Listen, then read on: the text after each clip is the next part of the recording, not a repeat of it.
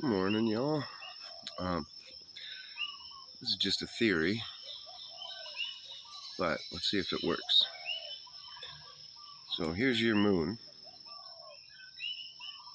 and it's going to go through its phases, full moon. And now, see, there's your full moon. As it turns, it's not a full moon anymore.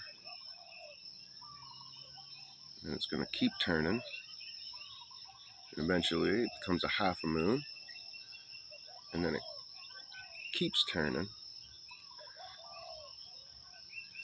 Let's see, from here, this would be the light. All this would be dark. And it would give you the illusion, because you'd see the light from here to there, going like this, and all out here would be all the light, right? So it would give you the illusion of that slivered moon as it comes around, and then you got no moon, and then it keeps coming around, and you just see the light? You're just seeing that sliver of light right there. All this would be dark, and it would look like the moon does, and then come back around and see it's getting a little bigger, a little bigger. There's your half moon, comes around,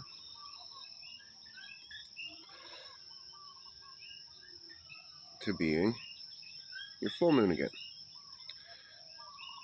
Now, this would also explain eclipses. A couple times a year, I don't know exactly how many eclipses there are in a year, but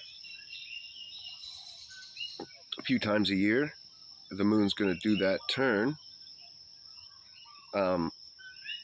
quicker. See, our world's a clock, right? So, and it looks like this, right? And God looks down at it like this, to read where we are, what's going on. So, inside of that clock, you got your stars going clockwise, probably counting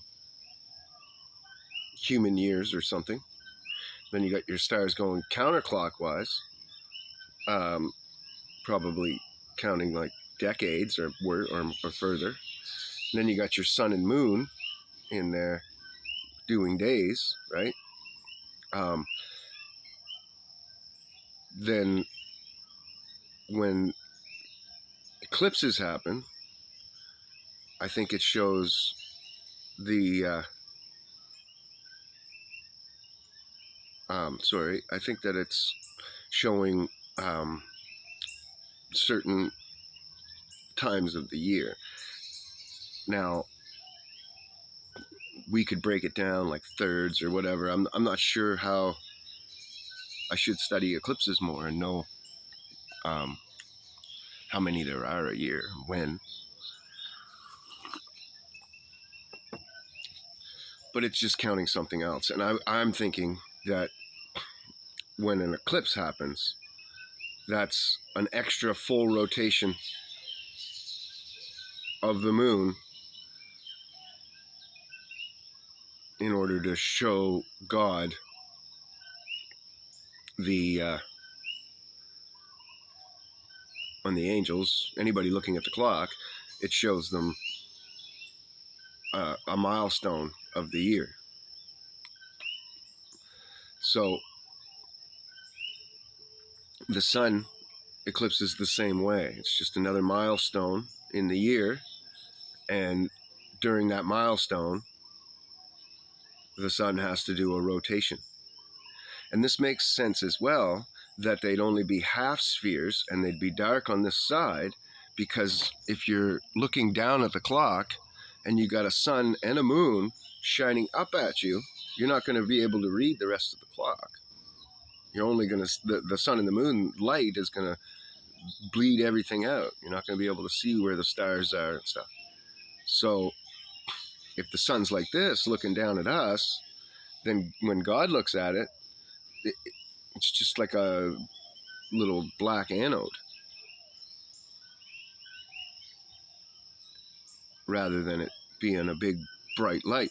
And then just once in a while, it flips up, shows him its light, flips back down, and continues to show us its light. I think that's very feasible, especially with the moon spinning, where we see this part of the moon, and it almost looks like it's being eclipsed as we get that smaller moon every month, even though it's not. It's just turning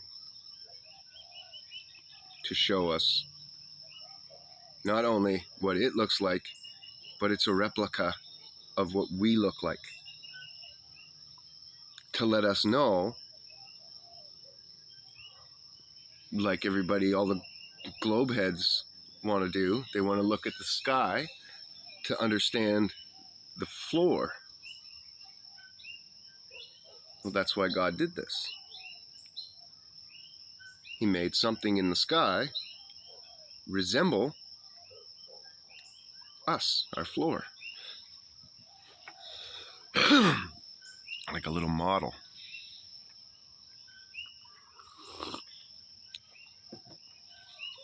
So, what do you think? I think that's more feasible than Dave Weiss with the paper towel tube, though that does work as well. And so, whatever. The other thing is the extra terra. That bugs me. It really bugged me for a while because we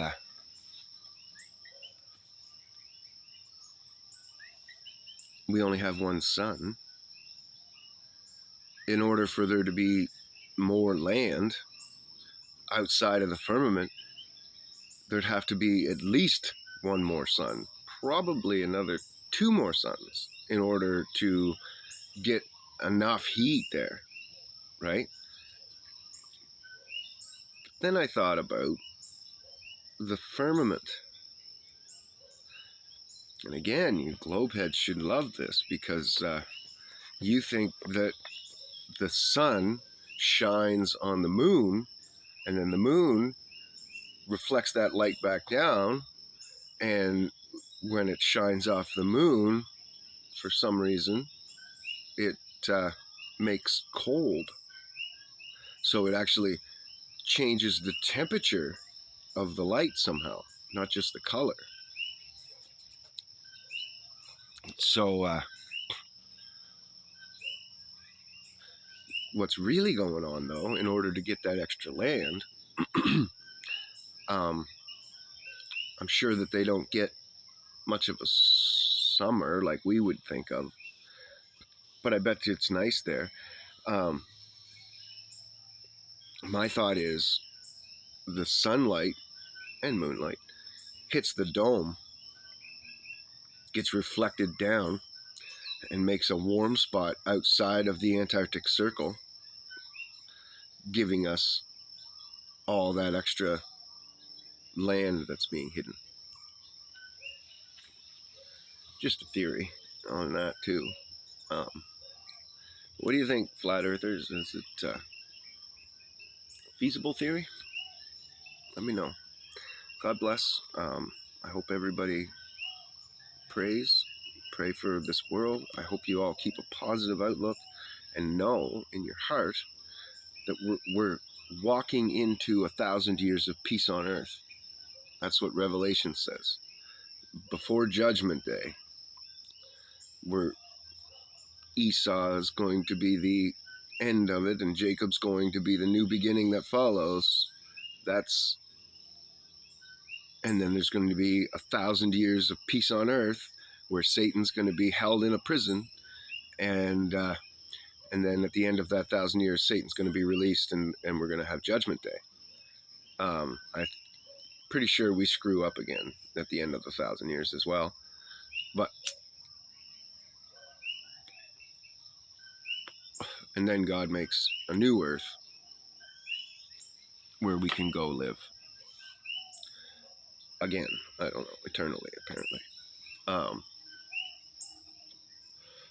So know that future isn't bleak. The present right now is bleak. The future is beautiful. We just got to get through this little rocky time. And then, and you could look at this rocky time. Because of that, you can just say, this is just a veil. This isn't even real. I can just walk right through this because I know we're coming into the 1,000 years. And also, even if I get martyred,